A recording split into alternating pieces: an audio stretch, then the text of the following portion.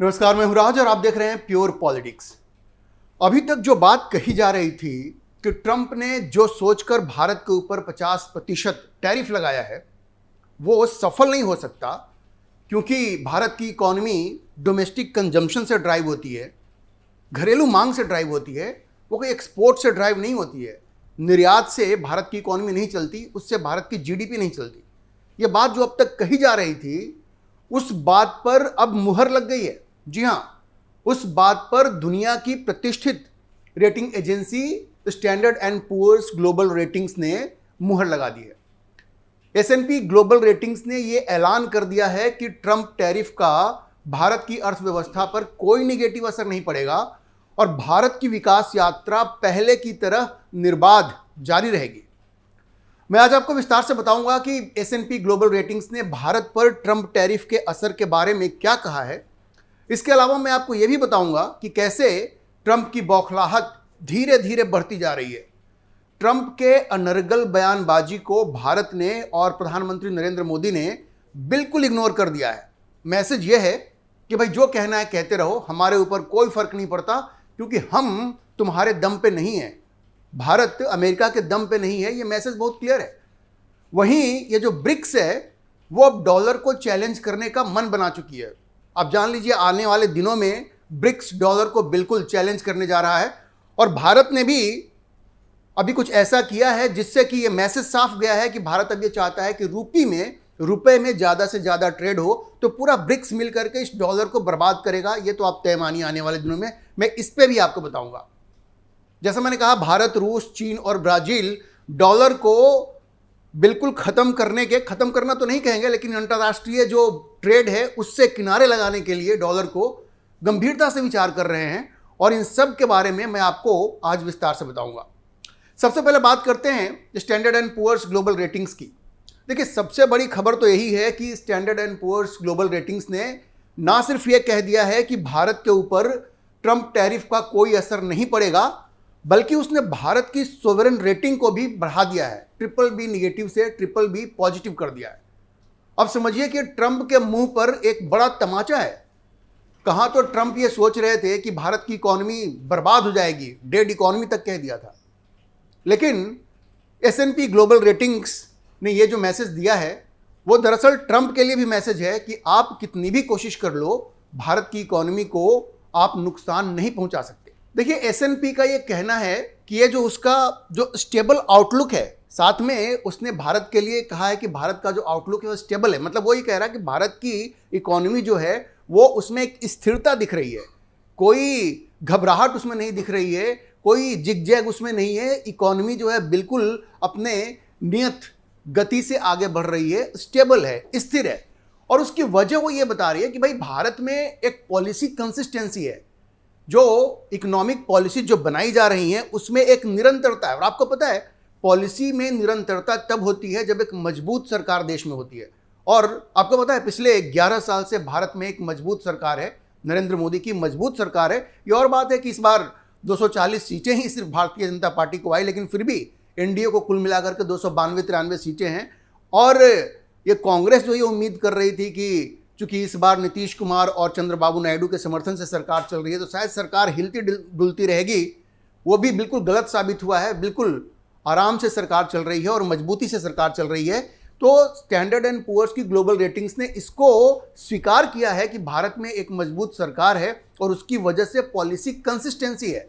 उसके अलावा नरेंद्र मोदी की सरकार ने इंफ्रास्ट्रक्चर के डेवलपमेंट के लिए जो इन्वेस्टमेंट किया है, इंफ्रास्ट्रक्चर को देश में बढ़ाने के लिए जो उसमें पैसा लगाया जा रहा है, उसको भी S&P ग्लोबल रेटिंग ने अपने कंसिडरेशन में लिया है, उसको भी उसने नज़र में रखा है। और इन दो चीज़ों के बेसिस पे उसने ये कहा है कि एक तो पॉलिसी कंसिस्टेंसी है, प्लस इंफ्रास्ट्रक्चर पे इतना ज़्यादा काम हो रहा है, तो बिल्कुल भारत का जो इकोनॉमिक आउटलुक है वो स्टेबल है, वो स्थिर है। और स्टैंडर्ड एंड पुअर्स अपनी रिपोर्ट में कहता है कि ये जो अमेरिका ने जो टैरिफ लगाया भारत के ऊपर वो बिल्कुल मैनेजेबल है। वो मैनेजेबल है क्योंकि इसका इतना ज़्यादा असर पड़ने वाला नहीं है, क्योंकि इंडिया का जो इकॉनमी है, भारत में स्ट्रॉन्ग इकोनॉमिक फंडामेंटल्स हैं और उसकी वजह से जो ग्रोथ ट्रेजेक्ट्री है, विकास की जो ट्रेजेक्ट्री है, वो अगले 2 या 3 साल तक बिना किसी बाधा के, बिना किसी, आप समझिए कि इसको कहते हैं कि रोड ब्रेकर के वो आगे बढ़ती ही रहेगी, ऐसा मानना है स्टैंडर्ड एंड पुअर का। देखिए स्टैंडर्ड एंड पुअर ने क्या कहा, मैं आपको कोट करके बताता हूं। स्टैंडर्ड एंड पुअर कहती है कि we believe the effect of US tariffs on the Indian economy will be manageable.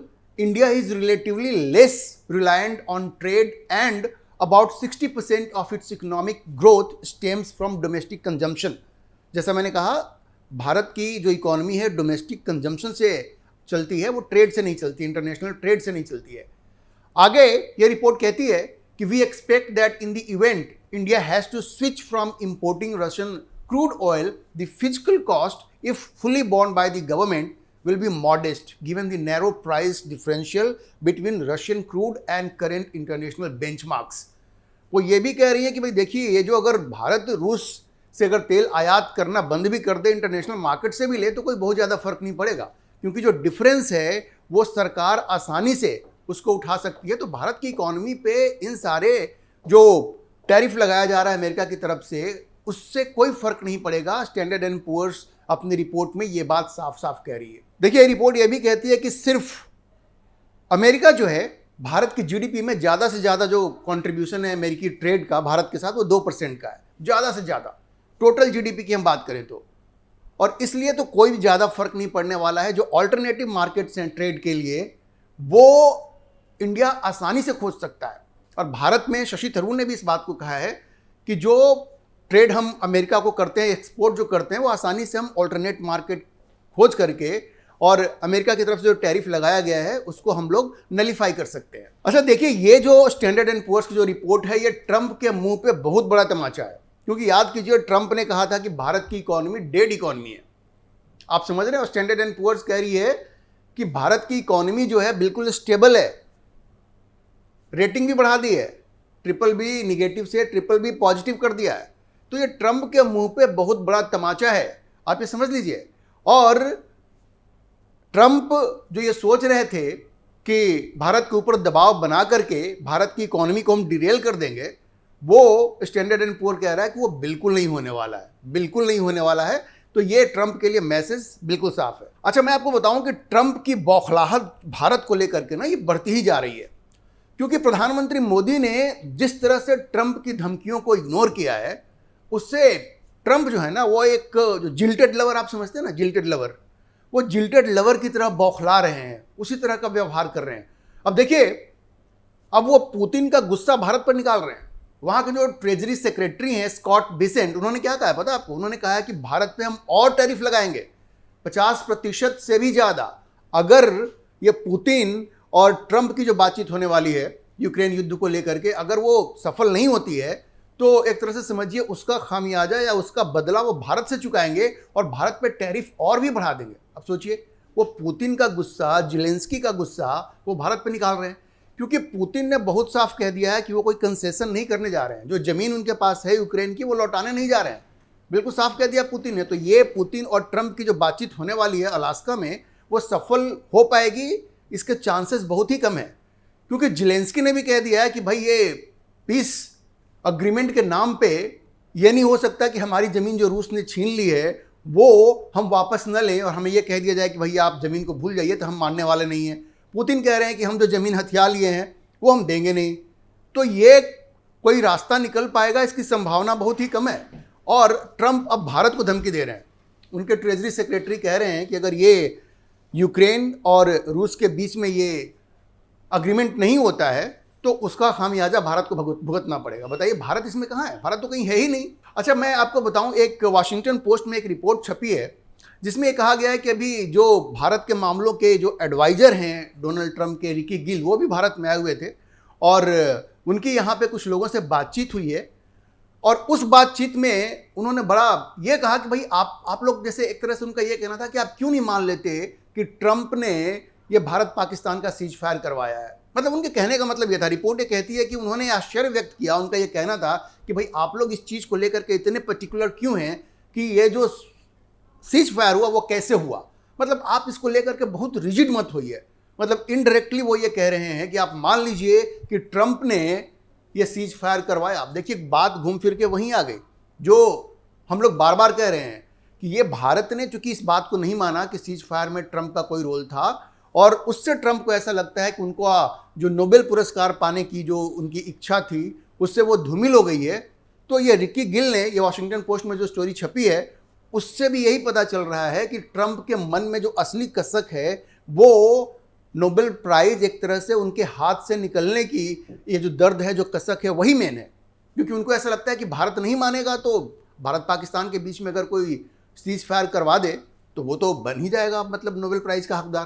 तो ट्रंप को लगता है कि मेरे मुंह से जैसे निवाला छीन लेते हैं ना, वैसे बिल्कुल उनके हाथ में आया हुआ नोबेल पुरस्कार नरेंद्र मोदी ने छीन लिया और इसीलिए वो भड़के हुए हैं। ये वाशिंगटन पोस्ट की जो स्टोरी है उसको भी आप पढ़ेंगे तो आपको यही अंदाजा मिलेगा उससे। अच्छा देखिए, ट्रंप चाहे जो भी करना चाह रहे हैं ना, उसका इतना निगेटिव परिणाम हो रहा है, खास करके जो ब्रिक्स के जो देश हैं, ब्राज़ील, रूस, भारत और चीन, इन्होंने तो जैसे मन बना लिया है कि अब ये ट्रंप को छोड़ना नहीं है।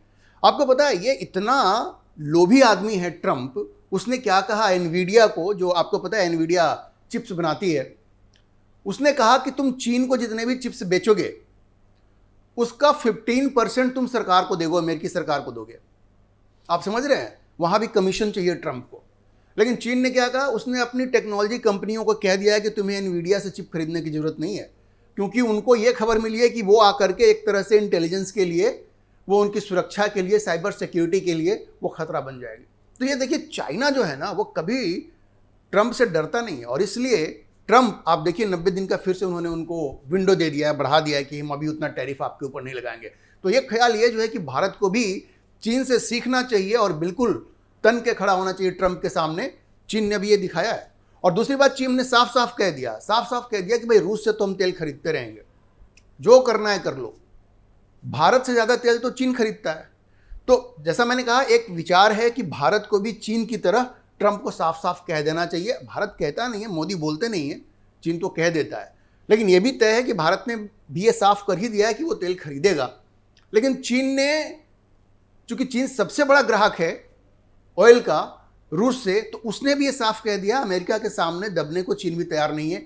भारत ने भी कह दिया है कि हम नहीं दबेंगे। और ब्राज़ील के जो प्रेसिडेंट हैं लूला, उन्होंने तो कहा है कि अभी वो एक ऑनलाइन मीटिंग बुलाएंगे, ब्रिक्स के जो मेंबर्स हैं उनकी एक सबमिट बुलाएंगे ऑनलाइन, और उसमें वो ये विचार करेंगे कि ट्रंप ये जो धमकियां दे रहे हैं, जो टैरिफ की धमकी सबको दे रहे हैं, टैरिफ लगा रहे हैं, उनका कैसे मुकाबला किया जाए। तो देखिए, ब्रिक्स जो है ना वो बिल्कुल उसने मन बना लिया है कि ट्रंप की जो दादागिरी है उसको हम चलने नहीं देंगे।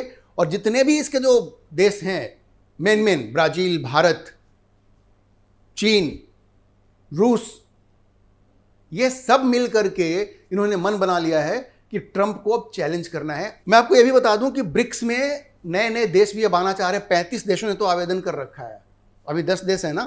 और आप ये समझिए कि पीपीपी के टर्म में, परचेजिंग पावर पैरिटी के टर्म में, ब्रिक्स 35% ग्लोबल जीडीपी का शेयर है उसका, जबकि जो G7 है उसका सिर्फ 30% है। तो समझिए ब्रिक्स की वैल्यू दिन ब दिन बढ़ती जा रही है। और जैसा मैंने आपको बताया, ब्रिक्स जो है वो बहुत ही सीरियसली सोच रहा है कि भाई डॉलर को ट्रेड से, इंटरनेशनल ट्रेड से बिल्कुल हटाया जाए। और इसीलिए ब्रिक्स से ट्रंप को डर लग रहा है। ब्रिक्स से ट्रंप बिल्कुल कांप रहे हैं, क्योंकि उनको लगता है कि 35% ग्लोबल जीडीपी वाले ये देश हैं, ये 35 नए देश जो इसमें आना चाह रहे हैं, उनके आने के बाद तो और भी इसकी ताकत बढ़ जाएगी। और उनको लगता है कि डॉलर को ये ब्रिक्स जो है बर्बाद करके रखेगा।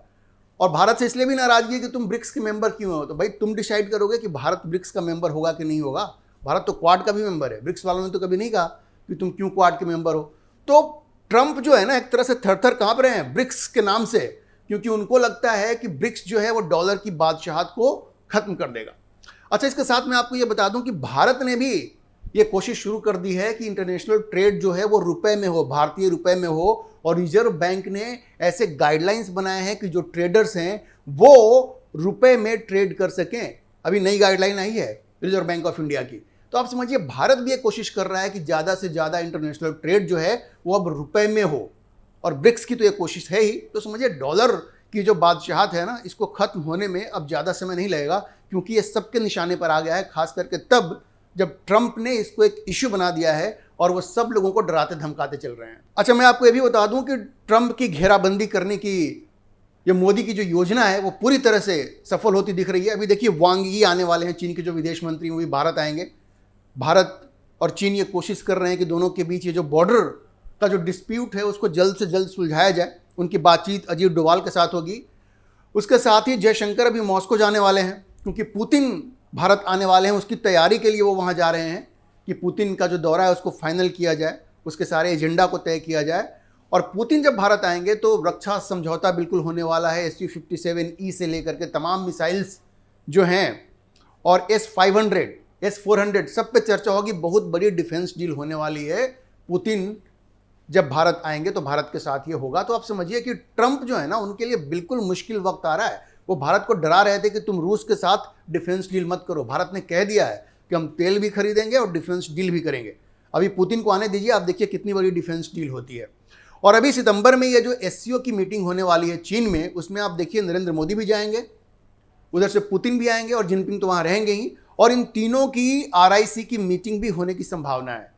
तो जैसा मैंने कहा आपको, भारत, चीन, रूस, इन्होंने एक अपना ये जो ट्राइलेटरल जो इनकी ग्रुपिंग है RIC, इसको फिर से रिवाइव कर रहे हैं ट्रंप को चैलेंज करने के लिए। और ब्राजील के साथ मिलकर के ब्रिक्स ट्रंप को चैलेंज करने जा रहा है। तो ट्रंप की जो घेराबंदी वो पूरी तरह से हो रही है, चारों तरफ से हो रही है। और ट्रंप की छटपटाहट अब साफ साफ दिख रही है। तो देखिए, भारत को झुकाने का ट्रंप का प्रयास तो पूरी तरह सफल होता हुआ दिख रहा है। हाँ, सरकार को उन मांगों पर जरूर ध्यान देना चाहिए जिसमें रेसिप्रोकल टैरिफ लगाने की बात हो रही है कि भाई अगर अमेरिका भारत पे 50% टैरिफ लगा रहा है तो भारत को भी लगाना चाहिए, जिस तरह से चीन ने किया था। तो इस मांग पर सरकार को गंभीरता से विचार करना चाहिए, क्योंकि अपोजिशन भी ये कह रही है, शशि थरूर ने भी ऐसा किया। तो इस पे सरकार को जरूर विचार करना चाहिए। बदले की कार्रवाई तो भारत को करनी ही चाहिए, इसमें कोई शक नहीं है। सरकार को सोचने की जरूरत है। अभी के लिए इतना ही। हम इस खबर पर नजर बनाए रखेंगे और आपको अपडेट करते रहेंगे। आप इस विषय पर क्या सोचते हैं, अपनी राय कमेंट बॉक्स में जरूर लिखें। और अगर आपको वीडियो पसंद आया हो तो आप इसे लाइक करें, शेयर करें और हमारे चैनल को सब्सक्राइब जरूर करें।